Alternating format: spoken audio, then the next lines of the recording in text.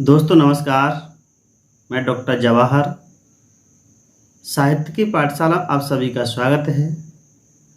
आज हम बात करेंगे भारत के उच्च कोटि के लेखक, कवि, शायर, गज़लें गाने वाले अदम गौडवी साहब की।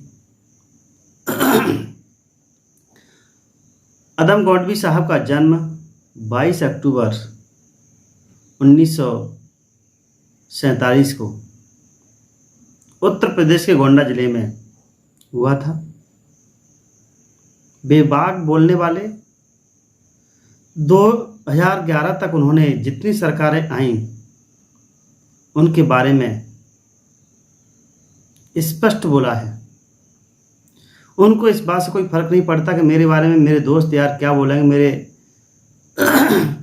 प्रदेश के देश के मंत्री संतरी क्या बोलेंगे, लेकिन अंतिम छोर पर बैठा व्यक्ति जो गरीब है, दलित है, दरिद्र है, पूरी तरीके से भुखमरी के कगार पर है, और उसके बारे में सारी बात उन्होंने बताई हैं।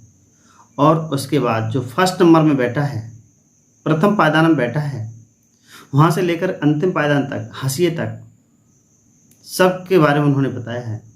मंत्री हो, संतरी हो, अफसर हो, जातिवाद, ऊंच नीच, पाखंडवाद, धुआंधार उन्होंने अपनी बातें कही हैं। कहा जाता है दुष्यंत कुमार से आगे निकल गए, क्योंकि इन्होंने साफ और स्पष्ट देहाती भाषा में ये बातें कही हैं। और सिंपल लिबास में रहते थे, सिंपल, बिल्कुल, गले में तौलिया, दाढ़ी कभी बढ़ जाती, ऐसा उनका पहनावा था। यानी किसी प्रकार से उनको सजने संवरने की इच्छा नहीं थी। लेकिन आज के समय में पंच, सरपंच, कोई भी हो, संज के संवर के समाज में जाता है कुर्ता पायजामा पहन करके। उनका कैरेक्टर कैसा होता है उसके बारे में गौडवी साहब ने कहा है। जरा ध्यान से सुना दोस्तों, गौडवी साहब की किस तरीके के विचार थे। वो कहते हैं, काजू भुने प्लेट में, विस्की गिलास में, उतरा है रामराज विधायक निवास में। पक्के समाजवादी हैं तस्कर हो या डकैत, इतना असर है खादी के उजले लिबास में। आज़ादी का जश्न मनाए तो किस तरह है, जो आ गए फुटपाथ पर घर की तलाश में।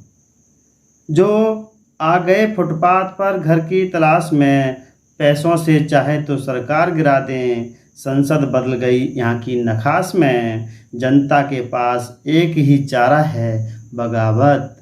जनता के पास एक ही चारा है, बगावत। यह बात कह रहा हूँ मैं होश और हवास में।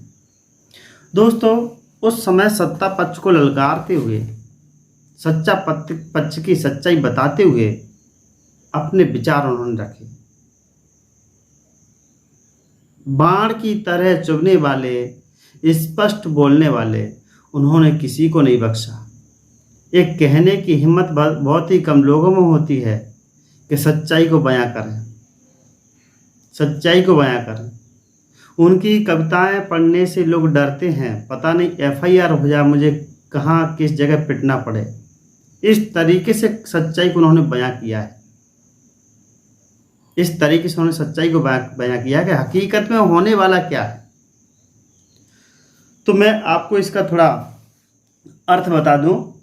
काजू भरे प्लेट में, विस्की गिलास में। काजू एक प्लेट में रखे हुए हैं, काजू एक प्लेट में रखे हुए हैं, और विस्की मीन्स बियर, दारू भी हो सकती है, शराब भी हो सकती है।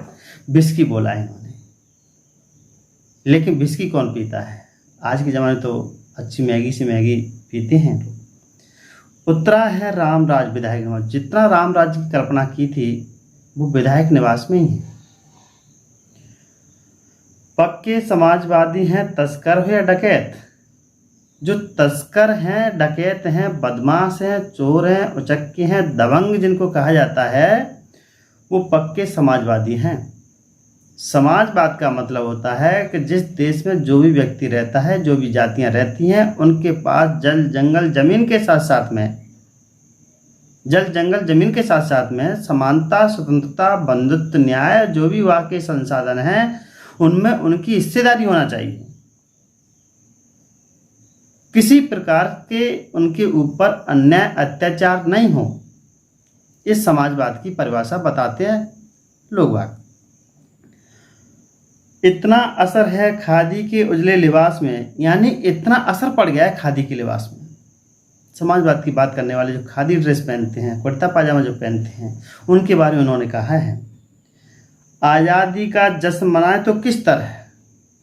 वो कहते हैं आज़ादी का जश्न किस तरीके से मनाएं, आज़ादी का उत्सव किस तरीके से मनाएं। जो आ गए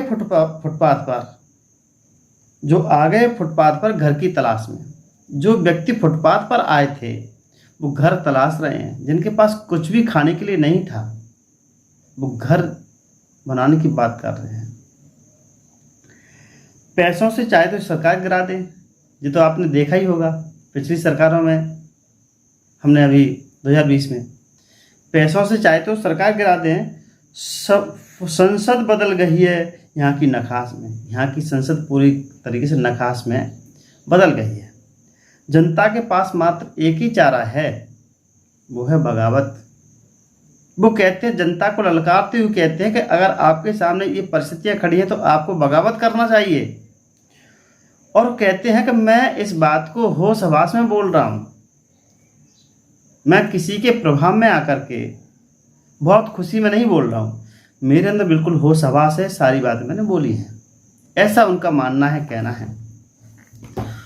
दोस्तों, उस समय के सत्ता पक्ष को ललकारते हुए, समाज की बात करते हुए, दीन दुखी दलित दरिद्रों की बात करते हुए उन्होंने अपनी वाणी को रखा, गजलों के रूप में रखा।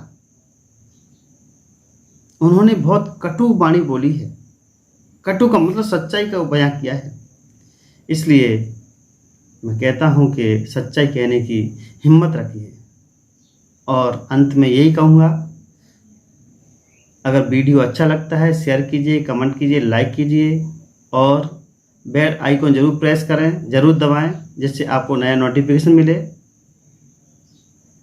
अंत में यही कहूँगा, स्वस्थ रहिए, मस्त रहिए, पढ़ते रहिए, बढ़ते रहिए। धन्यवाद।